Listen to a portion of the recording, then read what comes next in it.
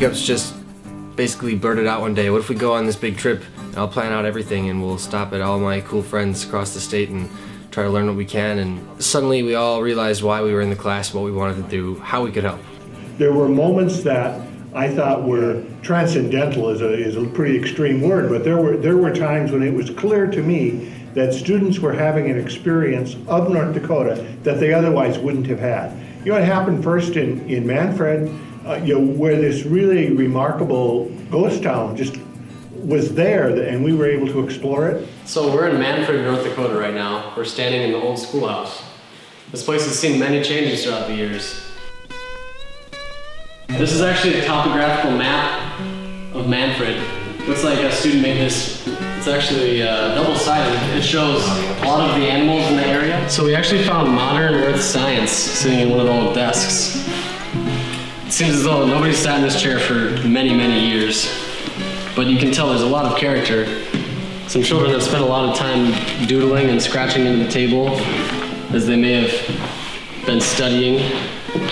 Now it's used for drawing paintings of flowers, as it was once used for a classroom.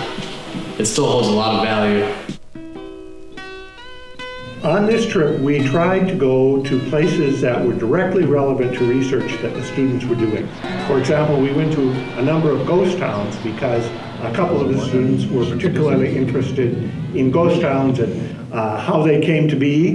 Then there was a project about film locations in the state. And we are looking for a better angle on the Bismarck prison. There was a project on the military frontier. So we stopped at Fort Abraham Lincoln, south of Mandan. We had a tour of the Heritage Center.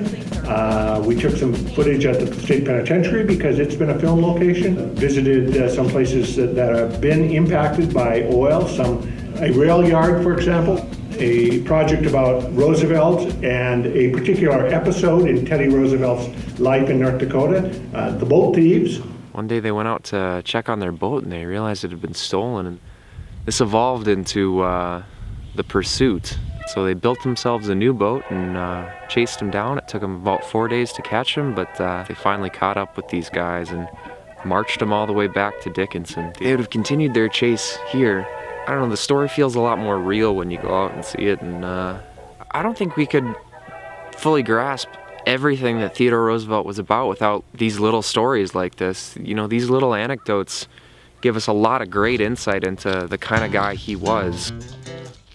There's endless creative opportunity. How clear it is that they all are benefiting from that partnering with other students, partnering with other departments, having the mentorship of faculty members, having the involvement of Mike Jacobs, having the support of the College of Arts and Sciences. Let's make maps about North Dakota, but let's make it collaborative. Let's make it interdisciplinary. Let's invite other departments, other disciplines to contribute.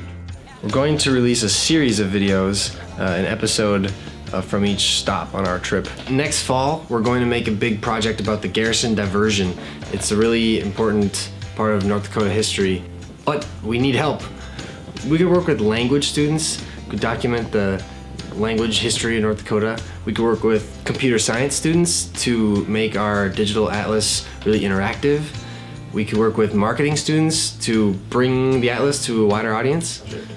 We've spent 2 years on it, getting it off the ground, getting students interested, getting other faculty interested, and so I want to continue that. My favorite part is that we all share that vision and we're all working really hard to make it come to fruition. Then we just keep building on it. Everybody can bring their own interests and skills to help build this project. It promised to be a great adventure and turned out to be a great adventure, I think, for all of us, myself included. I'm surrounded by people that I really, really enjoy. Agreed.